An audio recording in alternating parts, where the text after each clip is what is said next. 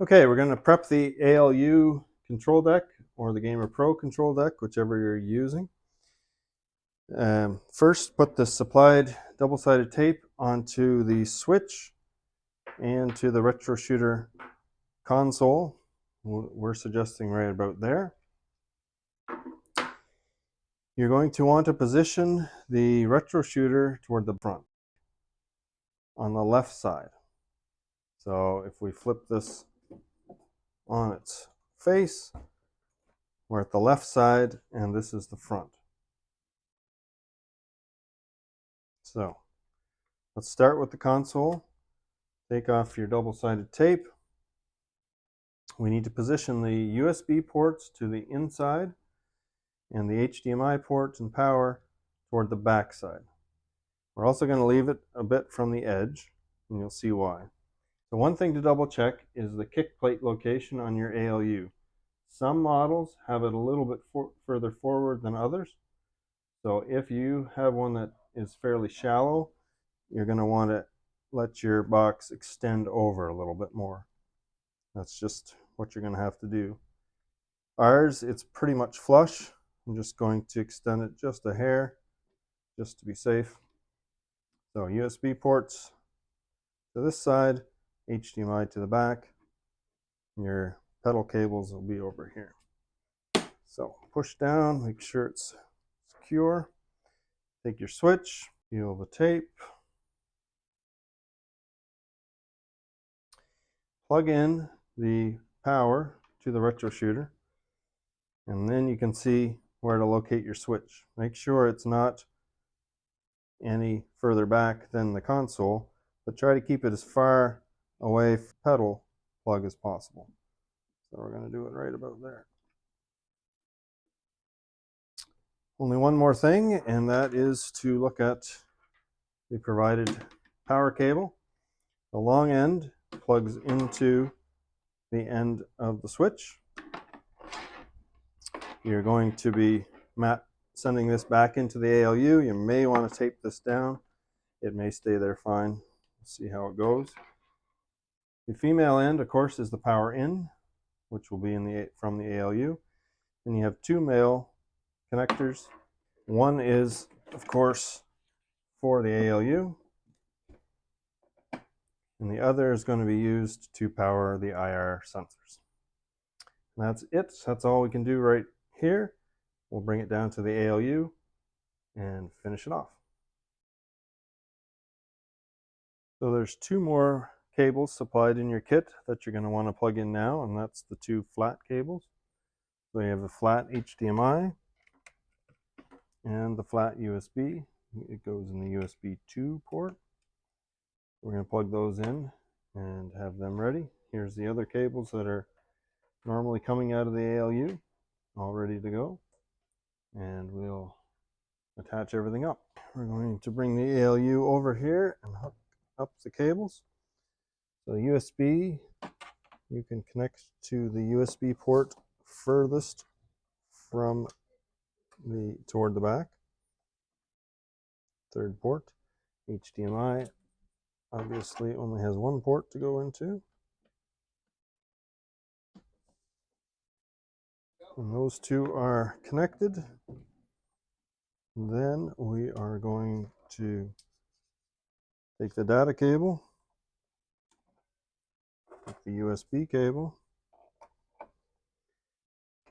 and the power cable that normally plugs in here is instead going to plug into the female port there.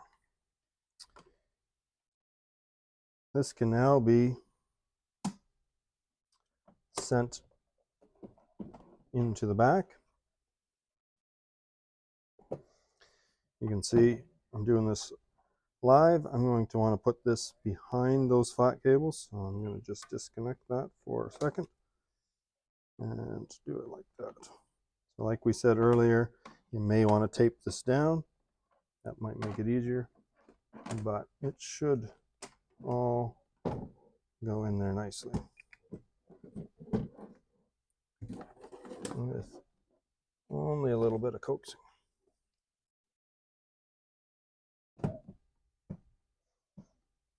There. all slides together. Obviously, you're going to screw your control panel back in place. You can put the flat caps that we provide onto those USB cables as well. Okay, moment of truth. Power it on. See what we get. Okay, it comes up the way it's supposed to.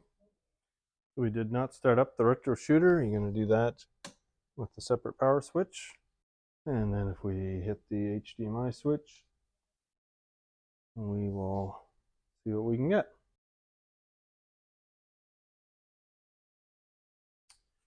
So it boots up, but do the controls work? We plugged in USB. Uh-oh, we don't have any controls. Well, that's because you can't hit the switch to OTG mode if you want to use USB. You have to go to settings, specifically to OTG mode, hit OK. It found it. Now you hit the HDMI switch, like the instructions say, and amazing. Now your controls work. If your controls and buttons are not mapped, or if you'd like to change them, what you need to do is get into the Retro Shooter settings menu. Easiest way to do that is plug in a keyboard, any USB keyboard, into your Retro Shooter box, hit the number 0. That will take you into the settings. The keyboard will let you navigate. If you can't navigate, the keyboard will let you. You need to go to button config. A is the enter key for the menus. Gamepad config A. It should come up with something very similar to that if the USB is connected properly and you switched OTG mode correctly. If you don't see anything there, make sure you've switched through the settings menu on the Ultimate. So you can see I've already mapped them. The first time you can initialize with 3 buttons. A lot of times the first time you hit it doesn't work.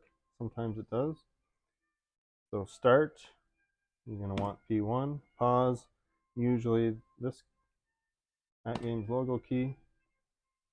A, B, C, D, E, F. And then you can hit P1, player 1 to ship this button. Do not worry about mapping the stick, it should work. Just going to hit it a whole bunch of times. And there you go, you're done. It should be that easy. If not, we do have a whole video on this that shows a little bit more in depth. And check our YouTube page for that. Player 1 to go back. Player 1 to go back, back, back. Save setting and exit. You no longer need the keyboard. And you are configured. You can now play almost 5,000 games right from your deck. 2-player, 1-player, whatever you want to play. So let's check out RoboCop.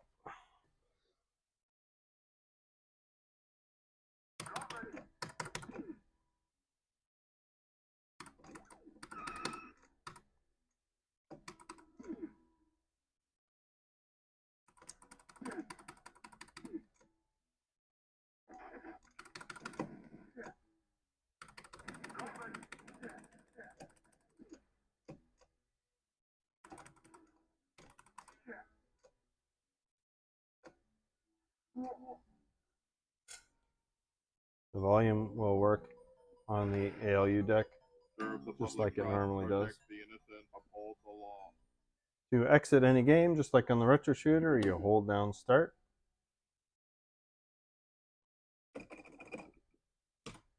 And exit.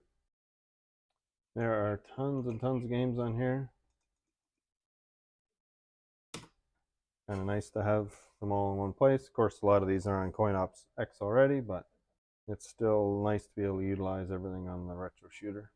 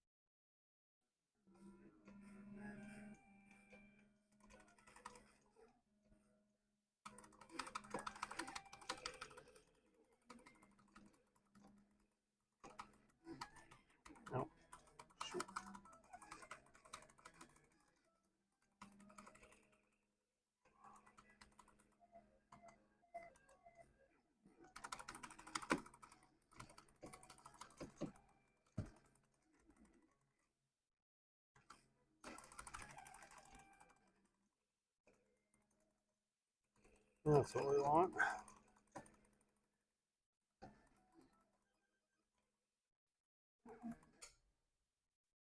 Okay, but what about using it for shooting? After all, that's why we're here. So there are a few different options to install the IR modules. And it does depend a little bit on which model of ALU you happen to have. Some of them are glued very tightly at the top, like this model. There's not really room to push that screen back and slip this little cable through. So you can drill the bezel and not have any cable showing at all. And some of you will want to do that. A good place to do that is right dead set middle. You got a nice little target there on the Tron graphics. You can just drill a 5/16 hole and pop the connector right through. Just drill it slowly, and you'll do it without cracking the plexi. But otherwise, one good place to put it is actually right through the speaker. And you can see, you can hardly see that wire, especially once you get a little ways back. Made it black, it matches nicely. So we're going to show you how to do that from the backside. Okay, you're going to find your IR modules with the special wire to connect them. So put this modules aside for a second. We're going to first feed the wire through. So there are different models of the ALU. Some have no covers on the back at all. Some have covers that are attached by the front grille. Some are screwed in the back like these ones. So if you unscrew the cover and unscrew the speaker and loosen the grille at the front, we can take our IR module wire and just push it through from the back. And then you'll find that you can just poke a very small connector and you can poke it through the grille to the front of the cabinet. That's what we're trying to do, just get that little connector to the front. Make a small gap for a second, and there we go. Now we're out. We're going to be needing about that much wire, but we can tighten that up at the end. Go and get your IR module. Feel the adhesive. It only goes in one way. You don't have to worry about that. Push it in fully. And then the cable is going to go through the little slot in the back. Just let it fold over. Then you're going to position the IR sensor right in the bullseye of the Tron graphic. And then it's up to you what you want to do with the cable, but we think if it's just flattened out like that, it's just about right. Just grab your screwdriver, tighten the grills back up, don't over tighten.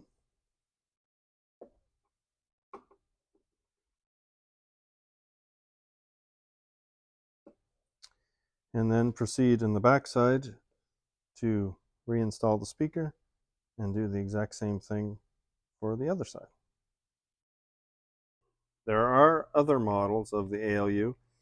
These particular speaker covers are screwed in with the grills from the front, so there's no screws to take out here. If you take out the grills from the front, then this whole cover will come off and you can do the same install that we just showed you.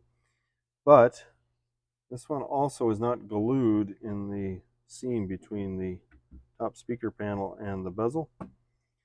So if you take, we have not tried it, but we suspect if you take this little clip off, you will be able to squeeze this in between the bezel and the speaker panel and just slide it over into place. And that's probably going to be the easiest way to do this particular model. But if that doesn't work or you don't want to do that, then you do have the option with the speaker panel the exact same way. This is yet one more design of the ALU, probably an older one. Did not have speaker covers at all. Also did not have any clip on this, it just had a bit of tape. So this one is super easy. You can actually just push back the bezel, tons of room, slip it right on and position wherever you want that wire to go. Do the same thing for the other side.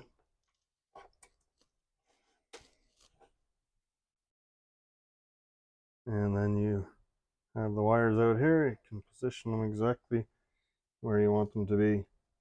Easy peasy. That is the nice, clean way of doing it if you happen to have one of the older machines. Okay, once you have the module cable nicely tucked under through your speakers, then all you have to do is plug it into power. There's one connector left from the three-way Y cable. Plug that in, and your sensors will now have some power. So if you purchased our holster kit, you're going to want to put that somewhere. We supply both tape and screws. I'm going to just use the tape. And there's different places. You can put it down here. You can put it in a number of places. I'm going to put it right about here. Stick that down with the tape. And we got easy access. We do also have a pedal holder. Again, totally up to you. We're going to stick that down here, and that'll be a handy place to keep our pedals. So the last piece of our kit is the Recoil power kit, and it comes with a cable that you will be able to plug the recoil from each gun into. So there's the red gun, there's the blue gun being plugged into that. We'll install this cable in a minute. It comes with a switch and with a power adapter. We'll show you quickly how that gets installed and what you can do with it. Okay, to install the Recoil power kit, it's very easy. We're going to take this recoil connection cable and the end that gets the power, we're just going to stick it in there so that the recoil ends are remaining. Now we find the end, we just slip through there, and we're going to plug it into the end of the switch.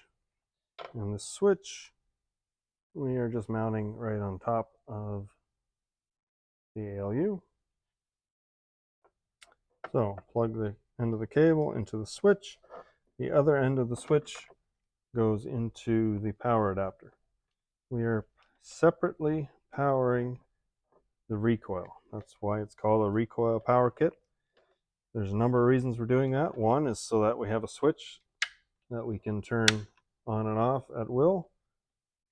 And the other is so that the power does not interfere with the screen and make it flicker or the marquee or anything like that. So simply plug in your AC adapter and we are ready to go. So there you have it. A nice clean install. You have your IR modules, nice and compact. We got our guns at the ready. Pandora box. Could be hidden more, but it's super convenient where it is. You can take the guns completely off, move them to your PC or something like that. We have lots of features, including the recoil. So recoil on, recoil off, recoil on. And don't forget, one of the important features, hold the middle button down to switch between auto and single shot mode. There's a quick switch. You're playing Legends games, you go to OTG mode. Boom, there you go. There's your guns. Controls work. Play thousands and thousands of stick games. Again, if you want to use the control deck, you need to go to settings and switch in OTG mode. If you want to just play light gun games, you do not need to do that. You can just simply hit the switch. You will, however, need your gun to navigate. So let's go to hit the start menu, go to light gun games, and let's pick one. Again, you can change the volume right from the control deck. All right, Mario, let's go. I'm probably gonna.